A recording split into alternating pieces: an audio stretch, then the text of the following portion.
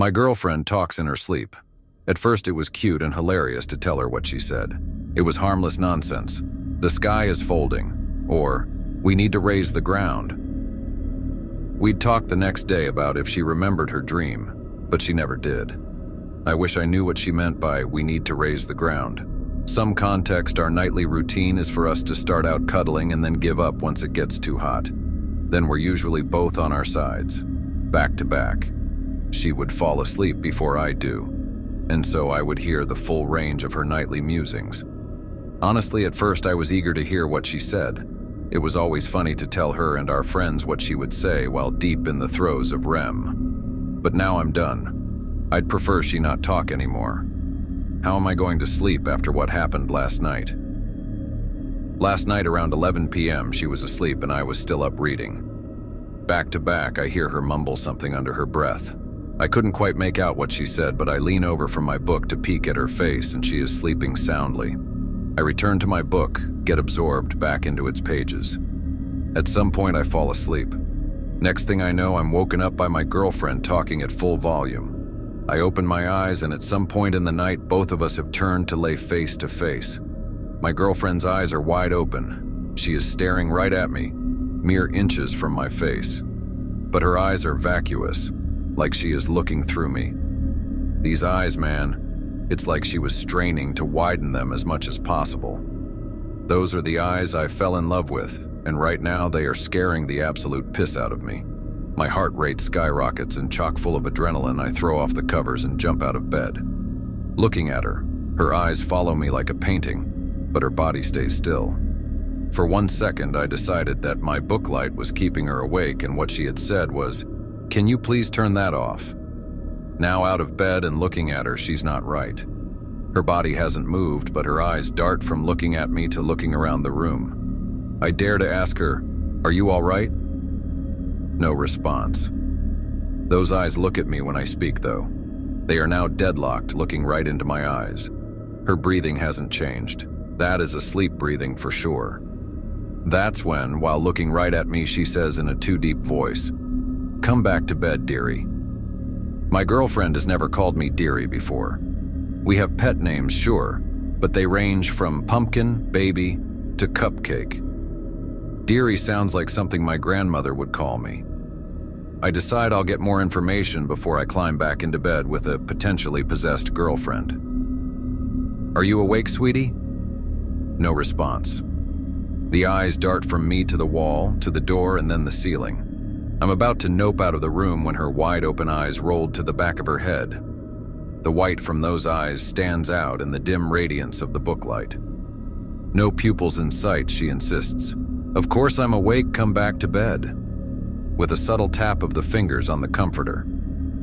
Looking at her fingers now, I'm starting to come around. She's never sleepwalked before. Surely she is awake now if she is moving her hands. But looking at her fingers, it is as though she is pretending to have control. They are all going in different directions, one finger pointing straight down and the others to the side. Those hands are not my girlfriend's hands. They are simulating normal movement as best they can, though. I say, "I'm going to get a drink of water, baby. Be right back. Can I get you anything?" Fully planning to run out of the house the moment I'm over the threshold.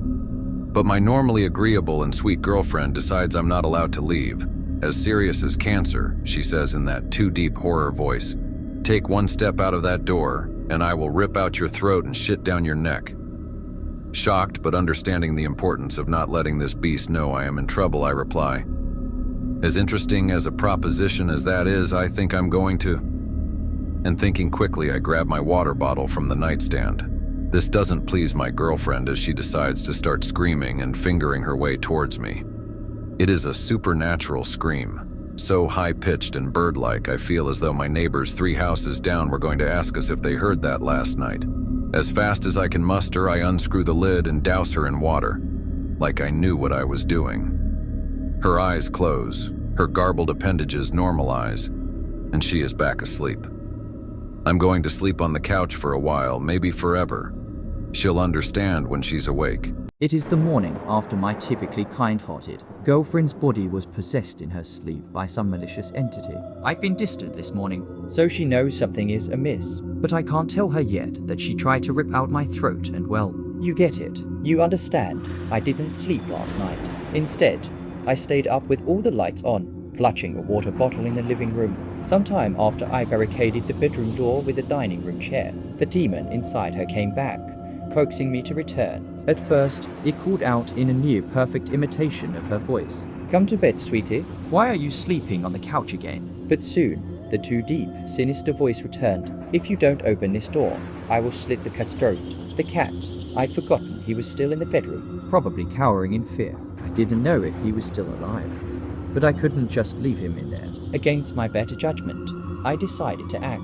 As I stared at the door, I noticed something damp and musty poking out from underneath. My phone flashlight revealed it to be her tongue. I couldn't stop myself from thinking, will she wonder why her mouth is full of cat hair tomorrow? But this was my chance to test a theory. The spray bottle. I sprayed her tongue and it immediately recoiled. A loud thud followed, as if her body had collapsed. Water seemed to work. I quickly moved the chair and pushed the door open, but her unconscious body was blocking the way. It took effort to slide her sticky, sweat-drenched form out of the way. She was covered in a black, oily substance, which had soaked the bed and floor, gluing her to the ground. Carefully avoiding the demon sweat, I entered the room. The cat was nowhere in sight, likely hiding under the bed. That meant I'd have to get on my belly and reach for him. With one hand gripping the spray bottle and the other reaching under the bed, I felt his soft fur, but he wriggled free and crawled deeper under. Frustrated, I grabbed my phone to shine its flashlight under the bed. That's when I realized my fatal mistake. As I pulled my head back out from under the bed, I realized my fatal mistake. My girlfriend was standing over me. She loomed like a dark tower as I lay vulnerable on the ground. Her teeth were sharper from this angle, and her eyes bloodshot. Yellow glowed with an eerie intensity. The black, oily substance was still dripping from her mouth, and her hair, once soft and brown, was slicked back with the same dark goo. She didn't look like herself. She was something else. Something wrong. I scrambled to my feet, trying to avoid the sticky, demon sweat-covered floor. I had to get out of there. The cat could wait. Just as I was about to make my escape, crawling quickly to the door, she grabbed both of my ankles. Her grip was nothing like the gentle touch I was used to. Her nails dug into my skin, and with inhuman strength, she began to lift me, pulling me toward her. It was as if she intended to eat me alive, starting from my toes. But I wasn't going down without a fight. I had never skipped leg day. With all my strength, I kicked her square in the teeth. The impact was brutal, and she dropped me with a sharp gasp. My head slammed into the floor, but I couldn't feel it. The adrenaline was coursing through me, and I was up again in an instant. I didn't stop to look back. I carefully avoided the sticky mess on the floor and made a beeline for the door. My heart was pounding in my chest, and my hands were shaking. But I wasn't about to let her get me. I slammed the door shut behind me, pushing the chair back into place to barricade it. I could hear her on the other side, knocking and calling out in that too sweet, sinister voice. Baby, come back to bed. It's late. You're going to be so tired at work tomorrow. I leaned against the door, breathing heavily, my mind racing. I hadn't even gotten the cat out. I hadn't saved it, and my spray bottle was still inside. What the hell am I supposed to do now? Here's what I know. 1. The possession ends when she wakes up. Did any of that really happen? 2. She has no recollection of the previous night. 3. Water disables, but only momentarily to 3 minutes. 4. The black ooze she drools and sweats while possessed evaporates. The bed and floor were wet this morning from the water I sprayed. The rest had all disappeared by the time I checked. 5. The cat is fine. 6. I need help. She's taking work calls in the other room. I am doing my best to focus on my own work, but my mind drifts from my laptop screen. I can't focus. Agreeing to myself that I won't get anything worthwhile done today, I give up and start thinking about next steps. I need an exorcist. I'm not the kind to call an exorcist. I'm the kind of guy that scoffs at the idea. They are all scams. You can't have experience in something that doesn't exist. Clearly, I am not the religious type, but I'll table my reservations for now. I'm not going to go through all of that again on my own, feeling totally out of my element, but unwilling to call a church. I found an exorcist on Craigslist. Price is no object. Let's get this thing out of my girlfriend. He says he'll come over tonight. He messages me and says it is of utmost importance that my GF's waking body does not find out what we are going to do. If she does find out and is not able to fall asleep, no refunds. How much more could I expect from a Craigslist exorcist? I am certainly not thrilled with the idea of a stranger knowing my address. But I'm not backing out now. As you can imagine, this is the slowest slog of a day I have ever experienced in my life. I'm anxious. I feel physically sick.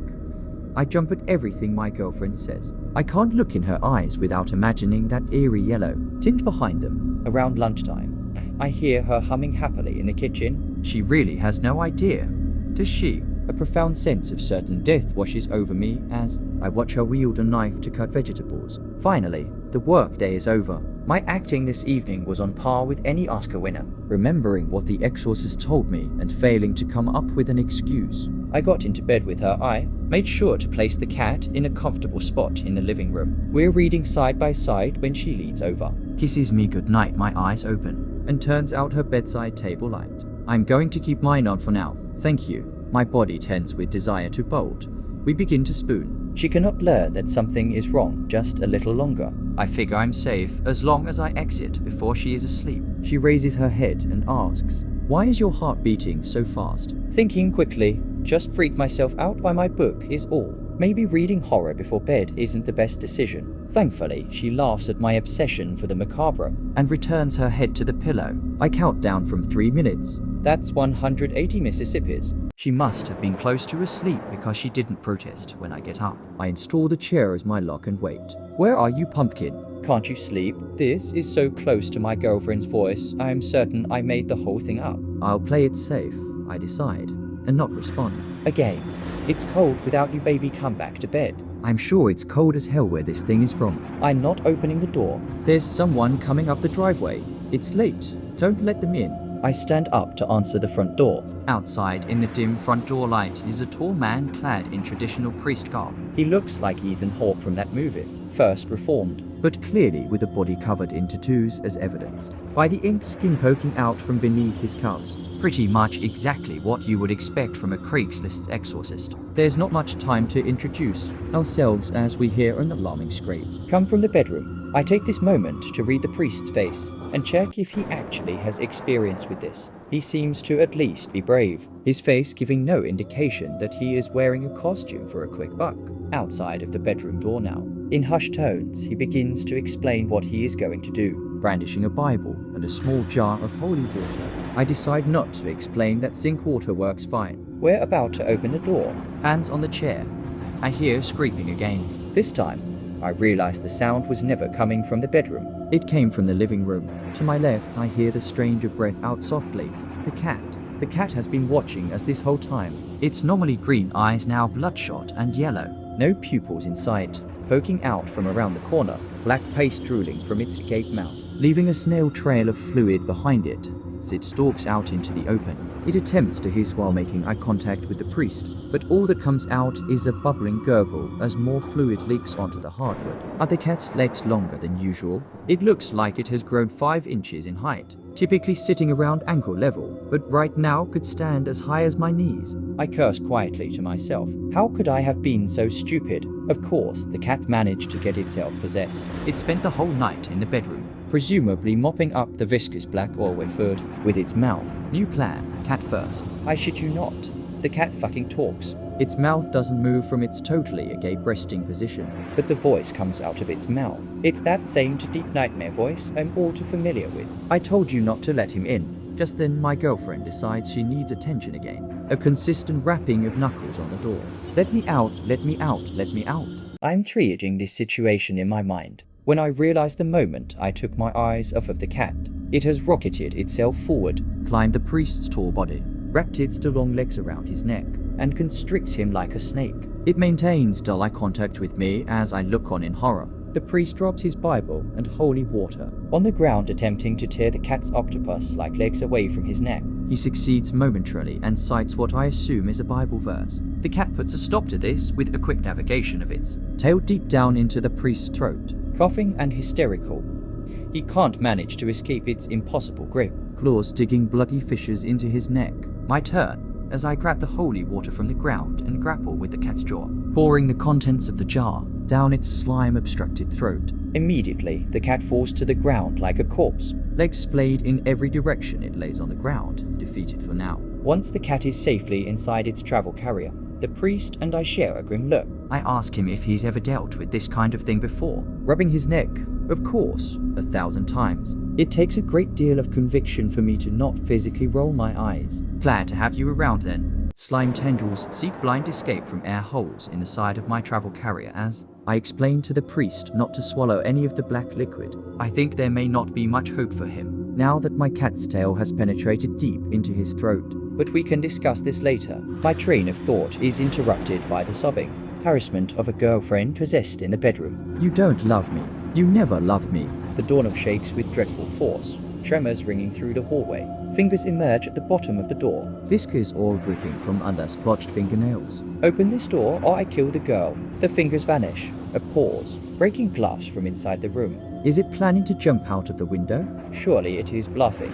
We are on the 3rd floor. Like any parasitic creature, it wouldn't gravely harm its precious host. There is a renewed sense of urgency at this threat, but I am at a loss. We poured holy water down the cat's throat, but its body has already turned into an abomination I can only describe as the alien frog. The thing, I wonder to myself if one of those squirming legs is going to detach, sprout a blinking eyeball, and hide in the vent. I feel helpless. I can't stay up all night misting my girlfriend, like she is a damn pet chameleon, for the rest of my life. Still out of breath from being choked by my cat, the priest manages to wheeze. We need to open the door.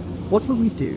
Water stops her, but only for a minute. It's too dangerous to perform the rites while she is in this form. We'll get her in the shower and then restrain her. This is a good idea.